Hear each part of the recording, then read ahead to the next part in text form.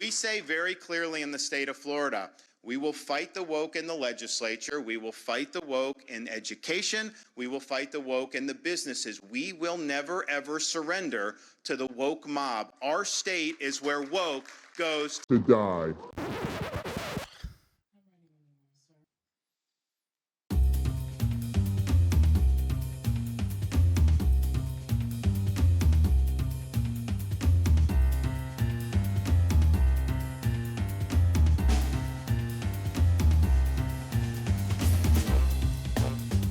Black folk can't have nothing.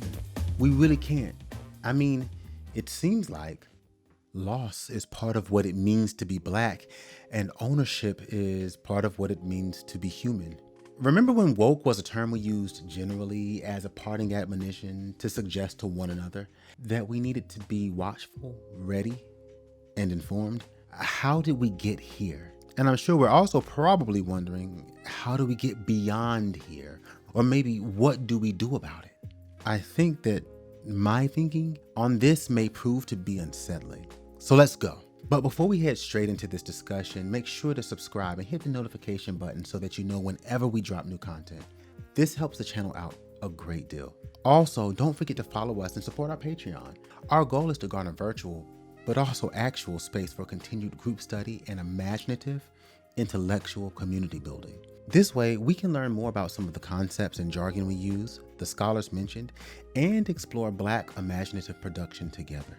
It doesn't take a genius to know that woke is now a kind of dog whistle for Black thought, or thought that people think does the work of Blackness, which we'll get into a little later. This means that feminist, queer, decolonial thought, any thought that challenges the hegemonic status quo, all gets lumped into this realm of knowledge production that is deemed threatening. The evocation of wokeness by non-Black conservatives and liberals alike has many of us who are Black cringing at how it's being used, and how awkward it even sounds coming out of their mouths. This current federal government is now controlled by a group of woke idiots. The Biden administration seems more interested in woke fantasies than the hard reality Americans face every day. We will demolish woke tyranny. We will never, ever surrender to the woke mob. Florida is where woke goes to die. Wokeness is not just a political ideology. It's not just something annoying that emerged on college campuses that we can ignore. It's a state religion. Wokeness is a virus more dangerous than any pandemic, hands down. Remember, wokeism isn't just an attack on reason, it's an attack on fun. But such was the case of bling, fat, the bomb, no cap, drip. Such has also been the case with rock, jazz, blues, country, rap, our clothing, our hairstyles, our faces. We create a thing, and then it gets away from us. And the origins and integrity of what we might call Black culture is lost. This might lead some of us to ask why Blackness seems to come with so much loss. I like to suggest that we see it as lost because we've been hoodwinked into some anti-Black assumptions and aspirations that make loss possible and even require it. Let me explain. While speaking on a panel, Fred Moten said that culture is something that can't be owned, but it can be stolen. I agree to an extent. Culture can't be owned, and ownership is a ruse. But even as a ruse, it is one that is held together and given material presence by those with various levels of human subjectivity. Proper humans recognize one another through the capacity to both produce culture and market as a kind of property. This capacity to engage culture in such a way is made recognizable because some of us are incapacitated. Let me give a few examples from a conversation I had years ago with a Native individual. When we think of kimono, we think Japanese. Not only would we be correct in thinking so, but ownership has been created around kimono. The Japanese have kimono schools where you pay and get certified in styling the garments. When we think of feathered headdresses, as pictured here, we tend to think of Native Americans, or at least certain Plains Native tribes, right? And we'd be correct. We see that as being Plains Natives' property, their culture. In 2014, Pharrell Williams came under fire for wearing such a headdress in Elle magazine. He apologized as people accused him of cultural appropriation. While I do believe that the picture was insensitive and disrespectful, I'm cautious to call it appropriation. While Pharrell was lambasted for cultural appropriation, who ever asks to participate in Black art forms? In most of the write-ups for the 2015 documentary, Rebel Music, the film is said to follow indigenous musicians, native musicians, activists who use music to make their voices heard. Why does no one bat an eye at the fact that every single artist is using hip-hop? Why doesn't that come under scrutiny as cultural appropriation? Who gives permission for non-Black people to engage in jazz, hip-hop, country, rock, EDM, and the list goes on? Who asks for permission? Who reclaims the fashions and styles created by us? Who licenses or certifies people to style folk in urban wear? With urban stylings, what is avant-garde or trendy for some becomes a mark of criminality for Black peoples and has led to Black death, not Black recognition. Rendered globally by all people as objects, we are thought to be incapable of creating or owning anything. Even the seemingly conscious crowd behaves in this way. Instead of paying to participate and be trained or certified or evaluated or authorized to rap or sing within genres created by Black people, they pay homage to or acknowledge Black origins, but still with full entitlement to do as they please, regardless of Black sentiments. So these acknowledgements become another useless gesture, like land acknowledgements, but for culture. Another way of proving the lack of capacity for Black people to create standards of ownership around our creations. Appropriation is one of those words whose definition has been made fraught by terms like cultural appreciation and cross-cultural sharing. But I think that what we can agree on is that appropriation has been made possible by the dynamics of colonialism and its symptoms like fetishism, exoticism, genocide, deracination, and capitalism, which is to say economic and structural disempowerment. Which is why I argue that perhaps what Black people do when we engage in what looks like appropriation can never be it. When Black people are considered property and have been bought and sold by both European settlers and natives, we are not able to take for ourselves. Our engagement with other cultures can be based in ignorance or insensitivity, but never in a way that is founded in structural abasement and destruction. Here, I want to turn to the denotations of the word appropriation. In one sense, it can mean the apportionment of funds or resources. When you literally are money, the relationship to proprietorship is broken. The other definition is to take into one's possession without permission, which I think is more closely related to what people mean when they say cultural appropriation. I would like us to harken back, however, to the word possession. As property, to take something into our possession is an impossibility. Objects can't own. Property can't own property. So what do we do about this? One of the calls is often to gatekeep. As a matter of fact, I used to be one calling for gatekeeping, and I'm still for it until we can do something more radical.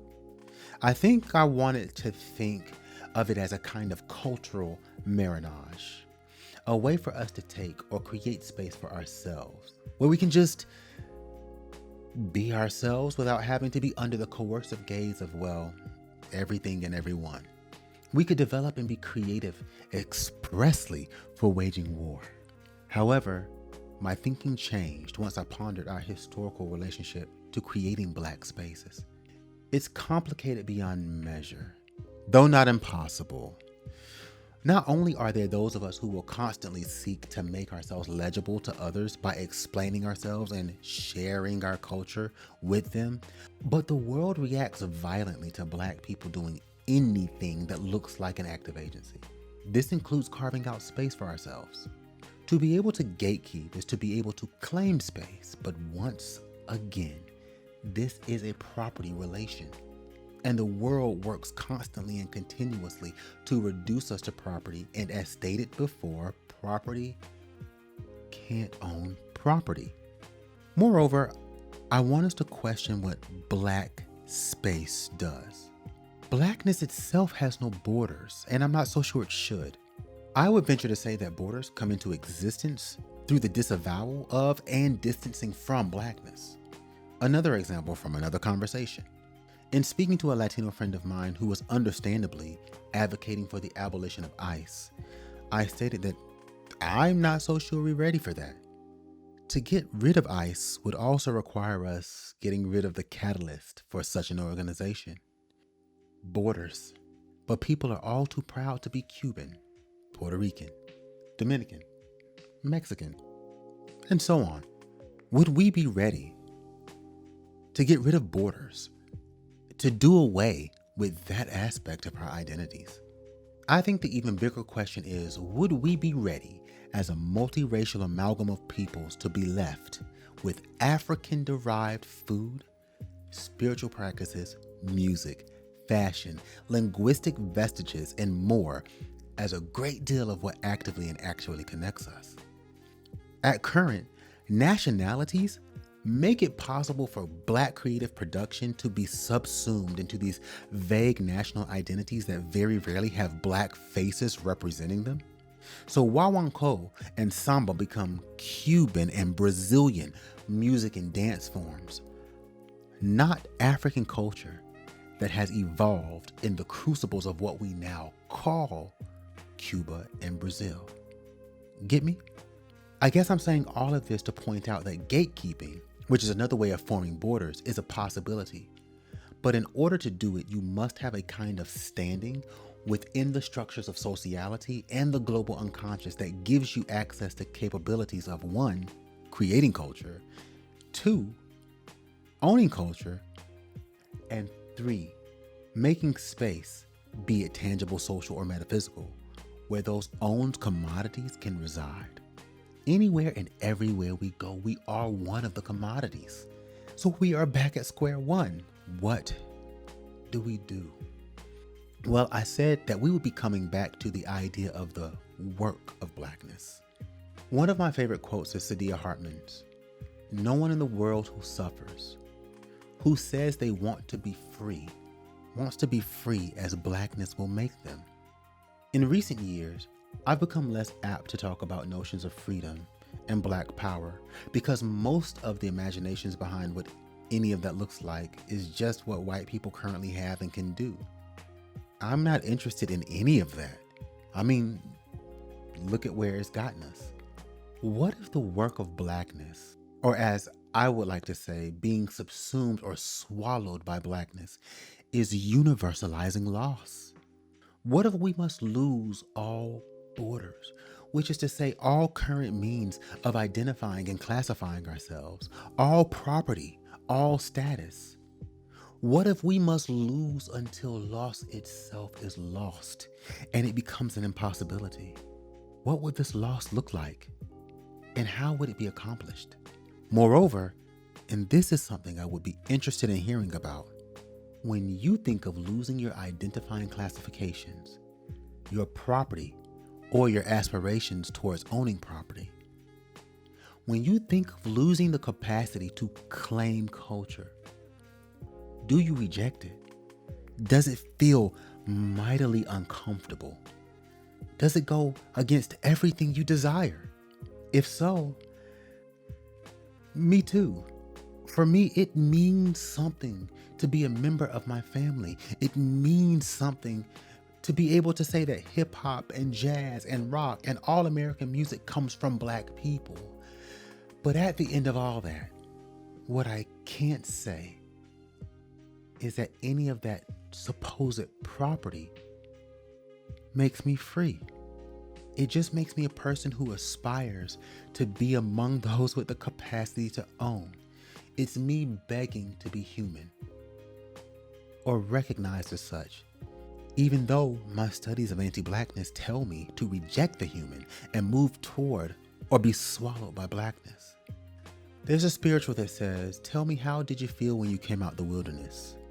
The wilderness, in my estimation, is that blackness, the void, that wild, untamed, boundless, and boundaryless region cordoned off by property relations. It was and is land and water that could be described, well, like people have described black peoples. It was lawless, scary, untapped, and because society had not yet encroached on it, it could be said that nothing was out there. For our ancestors, it would have been the unknown, forbidden areas not belonging to and cultivated by plantation owners or white landowners. It was wooded, swampy, or arid land that may have been largely unknown but to a few of us. But it was where possibility lay, whether that be the freedom of self-determination and subjectivity, or of death. I love the question that spiritual poses because the question is never answered. Whoever the anonymous singer is who first uttered this didn't seem to know what it meant to come out into whatever was on the other side of the wilderness. And it seems like they may have expected that no one else that they'd be singing this around would know either. I mean, what if there is no coming out of the wilderness, the abyss, the void? Just forever exploration and lostness, the excitement, the possibility, the terror. I know this may seem to have gone from a conversation of cultural appropriation to property rights, but I hope that one thing I've made clear is that in the conversation of why it seems like we can't have shit, the question is not really about the intellectual product. It's not about who can say or understand woke or how it is used. It is about a capacity to assert a claim on anything and the structural support for this thing we call ownership. It's a conversation about who gets to own and what that means for how they are considered within society, and who gets turned into a commodity and gets to be owned, and what that means for how they are considered in society. And it's ownership in all forms and at all levels that must be questioned as we move towards shattering the very foundations of the power dynamics that assail us all. To gatekeep means to erect a border, but borders are markers of difference between sets, between political affiliations, between types of citizens, between nationalities. But what happens with borders around blackness, even the ones that we put up ourselves, is that it becomes a void or voided area that marks a difference so different as to be completely irreconcilable, and thusly stands as yet another testament to our lack and loss. Borders that are illegible and so elastic that they mean nothing and keep no one out. If borders meant that we could do our own thing and never be fucked with, I'd be for it. However, remember that everything and everyone is also parasitic on blackness. And while it remains like a black hole or abyss, folk will constantly define themselves and build structures in contradistinction to it, extracting whatever they need to make their illusions manifest. Which is why I want to think about hurling the entirety of the world into the abyss and universalizing the loss of all capacity to own, to degrade and humiliate, to create the circumstances of unfreedom, all for the purposes of destroying everything that makes the need for discourse around ownership, dignity, and even freedom unnecessary. I'd love to hear your thoughts and would like to really encourage you to share these videos with your community to dream up and begin the creative projects that we need to be taking up as Black people and those non-Black people willing to be authorized by Blackness. Join our Patreon to dream, or maybe lose hope and destroy with us and our growing community. Comment below and subscribe to stay up with the conversation.